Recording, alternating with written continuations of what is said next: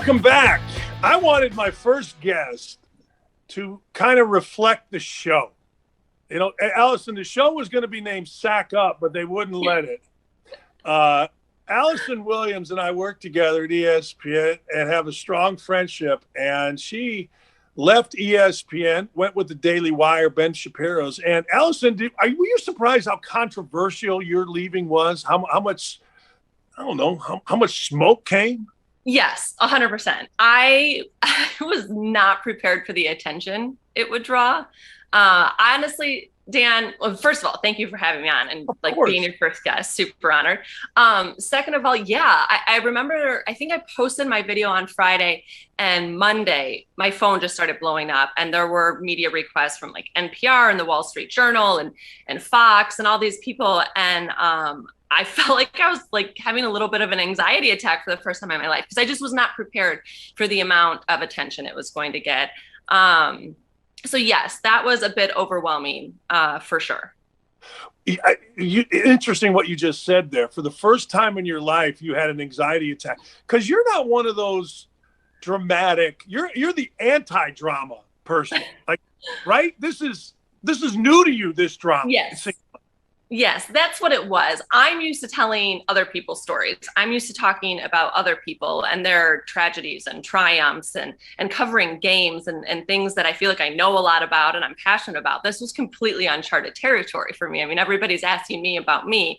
And while I felt very educated and informed in what led me to my decision, the politics that came with it, the assumptions about how I vote and what I believe on other issues, that was all a bit overwhelming. And then also kind of the invasiveness of the nature of everything, having to publicly discuss my desires for a second child and like where we're at with stuff that should be private. Like this stuff should not be forced out into the public eye. And it was for me. So navigating that was difficult as well, because I think, you know, as well, I'm not a very public person with my private life. I don't put a ton of that out there. I will here and there, but I'm pretty private as well. So yeah, it was all a little strange.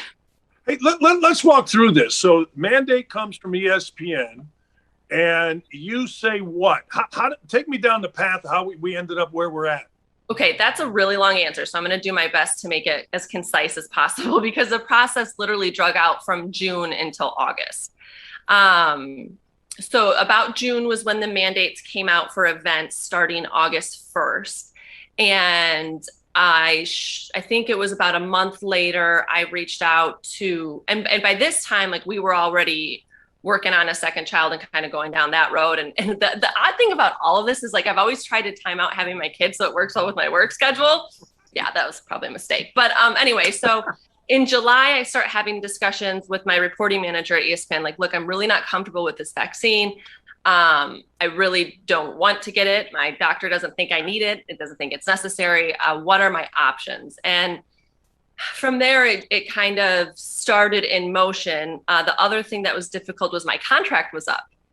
So my agent's negotiating my contract. I'm trying to negotiate this accommodation request and navigating that side.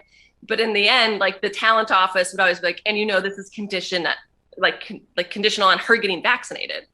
So here I have this great contract offer that my agents worked really hard on, and I have the talent office saying, but only if she signs her vaccine attestation. So that was difficult, you know, and then I'm like trying to figure out where would I even be on the college football schedule. So there's so much going on. Ultimately, I knew like this was a hard no for me. So once I got to that point and really started digging into the accommodation request, that was when it all became very political. It was all with HR. I didn't hear from anybody from management. I mean, it was all very much like by their script, and that dragged out. They kept extending my contract in 2-week increments so they could have the necessary time to review it, and that was dragged out until October, the week before I made that post. So it was a long process. What specifically made you, from your doctor, absolutely not at the cost of a lot of money for you? Absolutely, I'm giving up this career because why? What about the vaccine did you object to? It was honestly a risk-benefit analysis on the medical side. I was very low risk for COVID. I knew that. And then I got COVID and I was very mildly affected. I was sick about a day. So I felt like there was no health benefit to me receiving this vaccine. And the risks for me are unknown. Like, I read all the stuff. I went to all the websites to tell you to, like, I'm so over the media acting like people who decide not to get vaccinated are the ones misinformed. That's just not the case. I probably know more about viruses and vaccines than anybody else appearing on any show other than a doctor or scientist.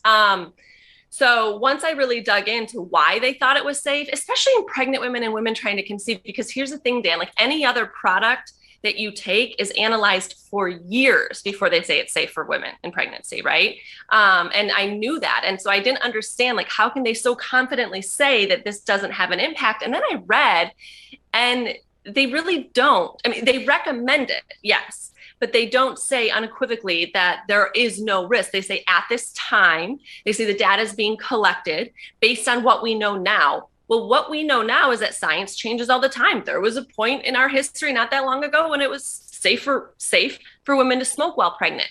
These things change. So for me, when there was so little health benefit as someone who wasn't in a high risk category and has natural immunity, there needed to be zero risk.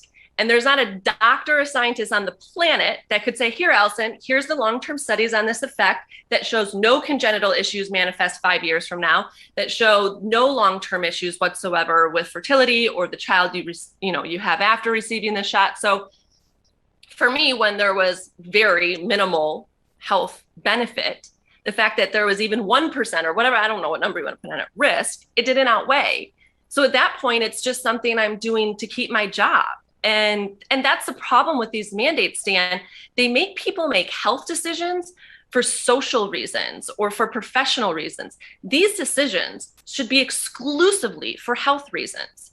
And that's what's scary about mandates, is you're forcing people to make decisions about their health because of societal implications. And I don't think that's right. And that's where I found myself. And I just knew I could not live with wondering if something went wrong with a pregnancy, or if I struggled to conceive, or if that child was born with congenital issues. I would have to wonder if it was related. And I couldn't live with that, because that would mean I put my job before my family.